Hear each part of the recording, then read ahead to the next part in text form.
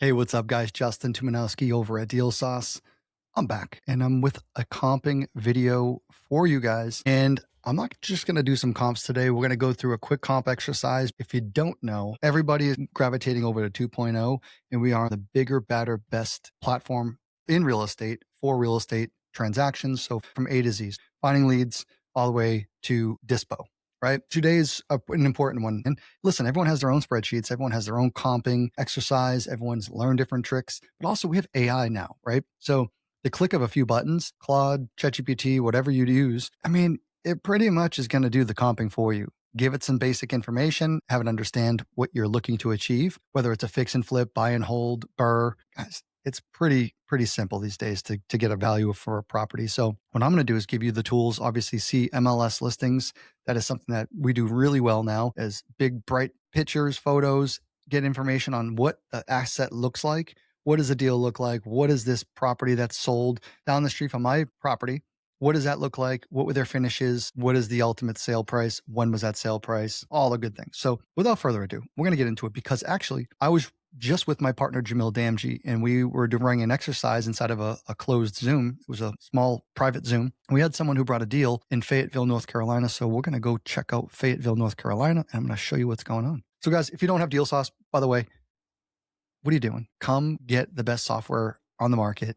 The accolades, the things that people are saying, it's never good enough for me, because I want the best and I always want more and more and more for everybody. But boy, it's awesome to get the excitement. I feel it in the air, and I'm super proud of what we've done. So if you don't have it, saucemydeals.com, please come through, get a free trial, and come see what we're up to. Let's do this. All right. So welcome to Deal Sauce. saucemydeals.com. Here you can come into 2.0. This is the brand new interface. We're going to go to a property that you can see that I've looked up, and it's just a recent search. This is a friend of mine, Jamil Damji, and I. We were talking about this deal tonight. So it's under agreement, 64 days on market, free and clear, corporate owned, it's vacant. We have the seller up here. We could do a skip trace if we so choose. We have the listing information down here, the agent's phone number, brokerage. You have everything you need to get going. Like, there's no excuse. I could literally click this button and it's going to call from my computer. All right. So if your phone is hooked up to your computer or your cell phone, like, dude, you can just make the phone call from here. Super easy. Overview, public records, MLS, maps, comparables. So we can check it out. We can do a little bit of a street view and also a bird's eye view, side by side. You understand the lot layout. So you get the lot lines. Pretty dope. And like, as I move this, the little guy over on the right moves. Is this a flood zone? Is this a FEMA flood area? We're going to hit the flood map. Nope. Is it a flood hazard area? Nope. But across the street is. That's pretty good to know. So look at that. So you're going to see comparables. Let's go check out the comps. I hit comparables. You're not going to have to go sit there and go digging through a bunch. However, I would like you to, I'm going to give you a lot, and I need you to pull some of them back if you so choose so. So you can see the search radius here. I actually don't mind it right now. Its majority is within about a mile. You could hone in. You can do a custom polygon draw here. So you can see right here in the top left-hand side, I have polygon. Just means that I can click and draw around where I want to be. Let's say I didn't want to cross major thoroughways like this one right here, this road. I could come down here, come up here, go up there, come back down. Let's say I'm done. I want to search that area because I want to stay between the boundaries of these two big freeways or highways. I'm feeling pretty confident in that. And it's a bunch of neighborhoods right here. So check it out. Drop down at the bottom of the map, left-hand side, we have active markets. We have 17 on market right now, 17. 3 that are already under agreement and pending. So I'm going to get rid of the active. I'm going to get rid of the pending, even though the pending I don't mind looking at. I just like to see those when I do my BRRRRs. I do some fix and flips. Whenever I'm looking at assets, I do want to see what's transacting. So I'm genuinely a curious person. However, you can't really use those. You can gauge them. You can look at them and be like, all right, cool. They sold. And you could look at the days on market too and say like, damn, those went on 20 days ago and they're already under agreement. Perfect. Most likely they're probably selling close to asking. So it's a good thing to keep an eye on. If you got a relationship with the agent, feel free to call the agent. Be like, hey, what did you get under agreement for? I have a deal down the street. Maybe you build a relationship that way. So, and maybe they can help you sell your deal. So again, like, don't just look at things in 2D. Look at them in 3D, 4D. But pendings right now, I'm going to keep them off. I do like looking at them though. I want to go with sold. I want to only deal with properties that have already confirmed and sold. Now, the first top 3 properties we're going to provide to you that we probably think are good. We're not done yet though. Underneath where the MLS properties are, because we are in all 50 states MLS. So that's one thing cool about Deal Sauce, that no agent can go do themselves, right? Even if you have a license or not. I'm not licensed. I can't go get in the MLS anywhere, but I can here. And that's like the price of admission for me is just that. So let's look at living square footage. Top right-hand side, again, our subject property under agreement. It's listed for $239. There's the address, 3-bed, 2,100 square feet, 1967. And it's 3 baths. So it's 3-3 and it has 2,100 square. That's what I care about right now. So let's go check this out. And I want to go look at square footage. Typically, we're going 250 below 2,100. We would go 250 above it. So let's do something like this. 1,800 square feet. Let's go to 2,500.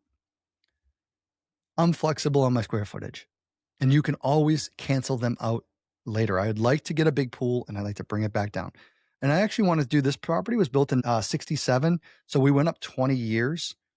I might actually just go up to like 1990. I don't think it's going to change. I'm going back to sold range here.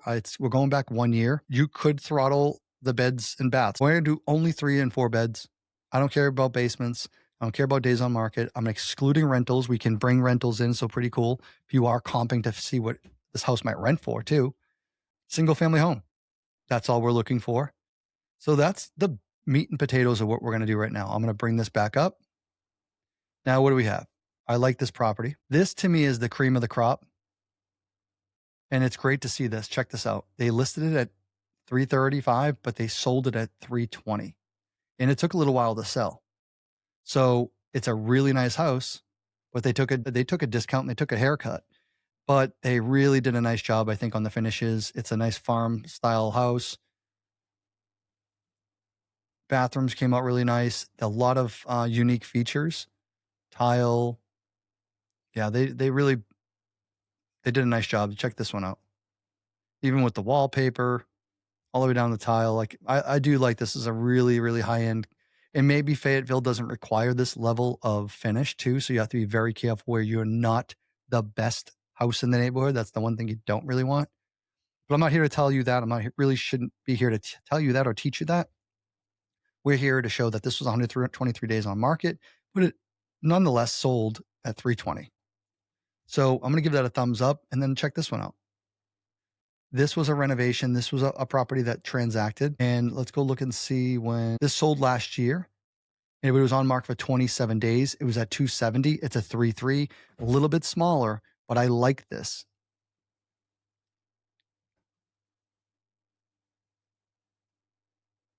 This one is also, I think, 3-bed, 2-bath. So it's missing 1 bath. This is pretty current. It was May 28th and then 6/29 it finally sold, but it sold 5,000 over. That's a good thing. It was on market for 30 days, 32 days.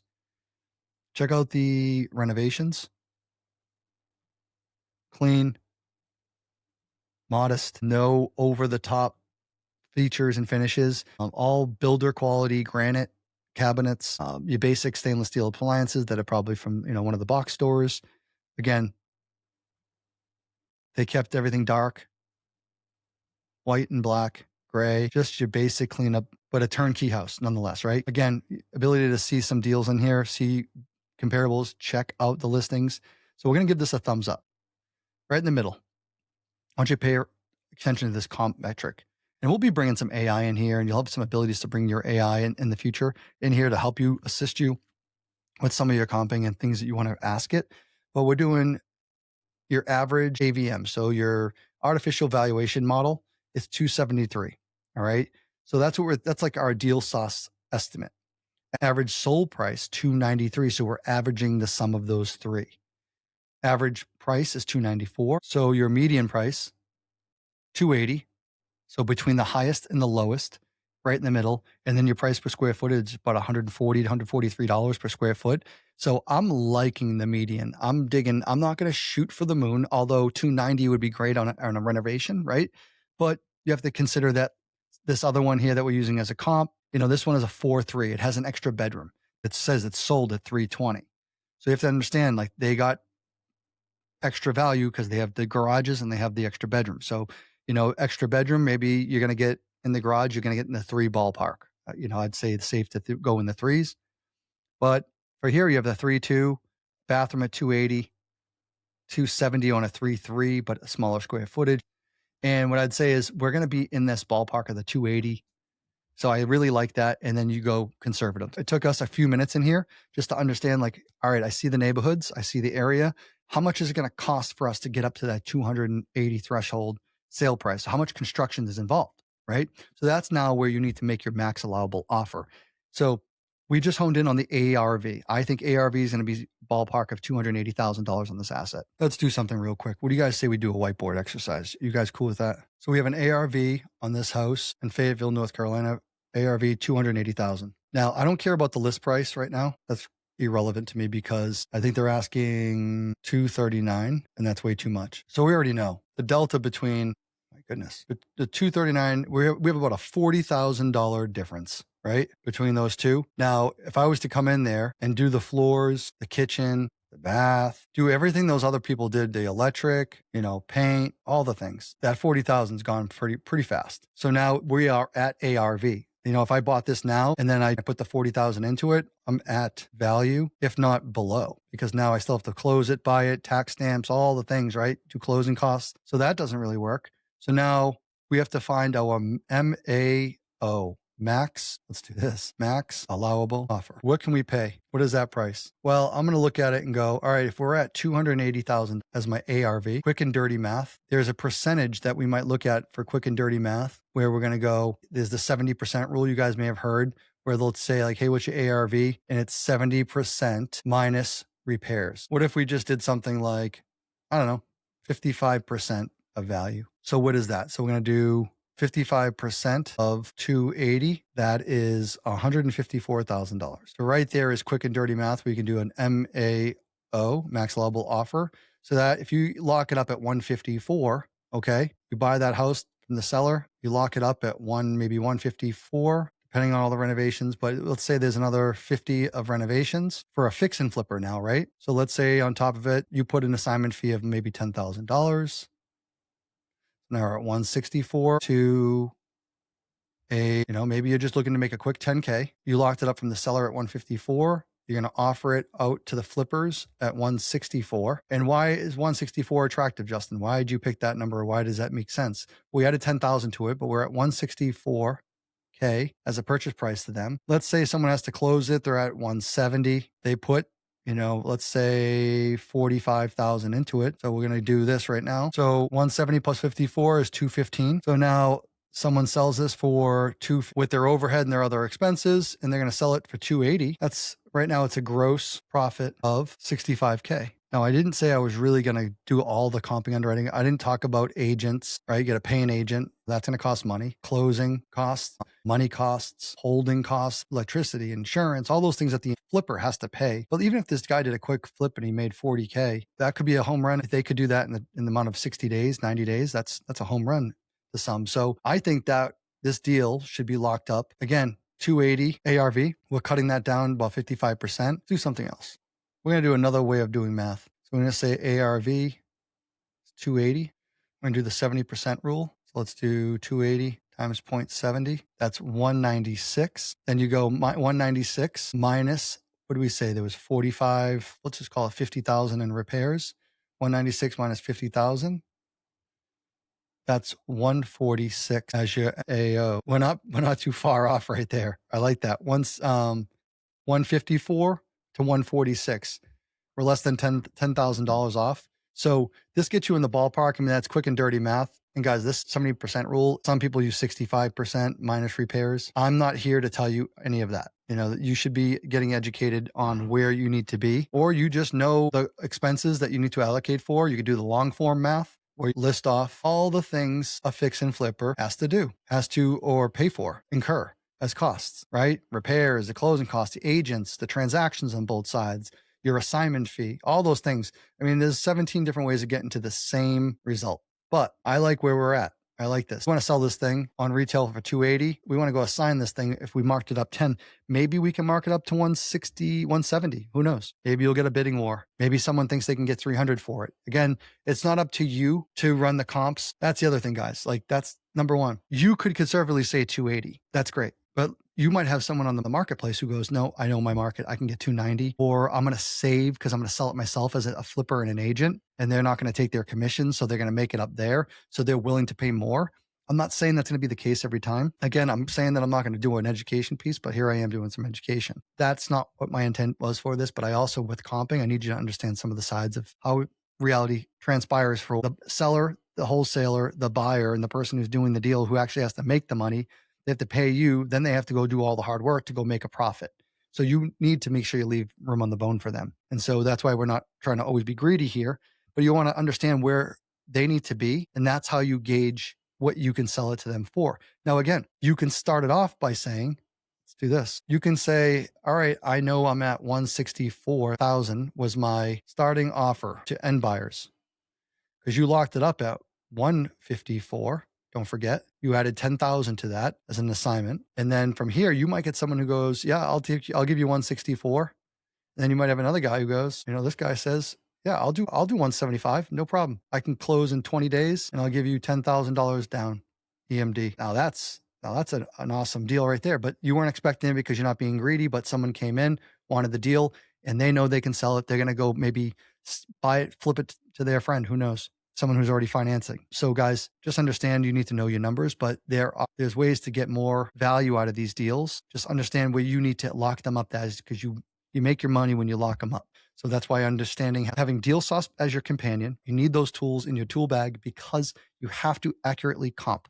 You have to accurately find opportunities. You have to accurately be able to see what's going on and transacting in the marketplace. You can use Zillow, sure, but you're not going to be able to see in depth. You're not going to be able to see all the things you need to see when you start looking at these transactions, buy and sold and list price, especially disclosure and non-disclosure too. So, all right, guys, I hope that this was impactful. Could we go right now into Deal Sauce and go find buyers? Because I could keep this video going. It's already a 30-minute video. Do we want to go find buyers?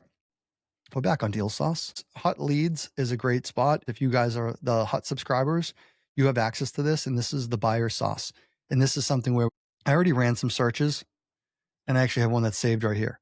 Let's say that I wanted to find Fayetteville, North Carolina. So let's say I'm in Deal Sauce. I'm looking at buyers. So I have flipper intel, so I can find fix and flippers.